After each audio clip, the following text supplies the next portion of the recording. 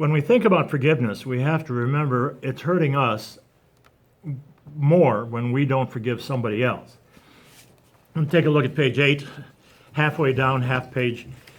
How do I get my relationships right so that my prayers are effective? First, you can't control what the other person does or chooses to do. If you do what God says to do and forgive another person, you're doing what Jesus said to do, and you'll be blessed for that. And they can say no, they can tell you, get out of here, I don't want to hear it, I know you're lying. Whatever they say is what they say, but you can't control that. Secondly, I must choose to forgive.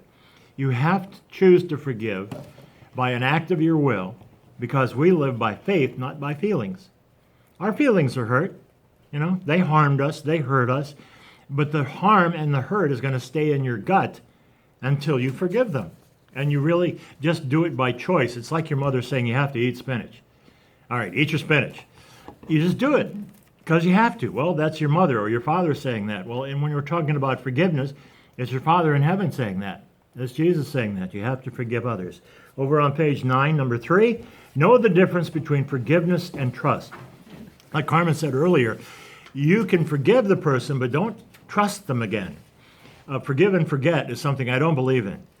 Forgive them, but don't forget that they have the potential to hurt you. And maybe will hurt you more deeply the second time.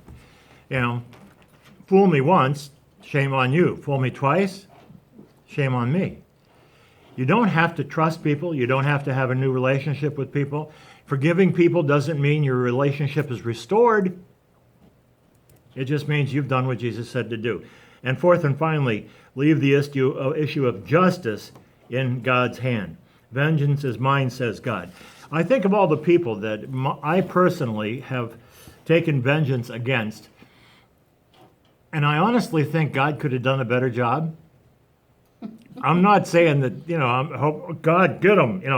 What we need to do is, Lord, bless them and give them exactly what they need to be in your divine and perfect will.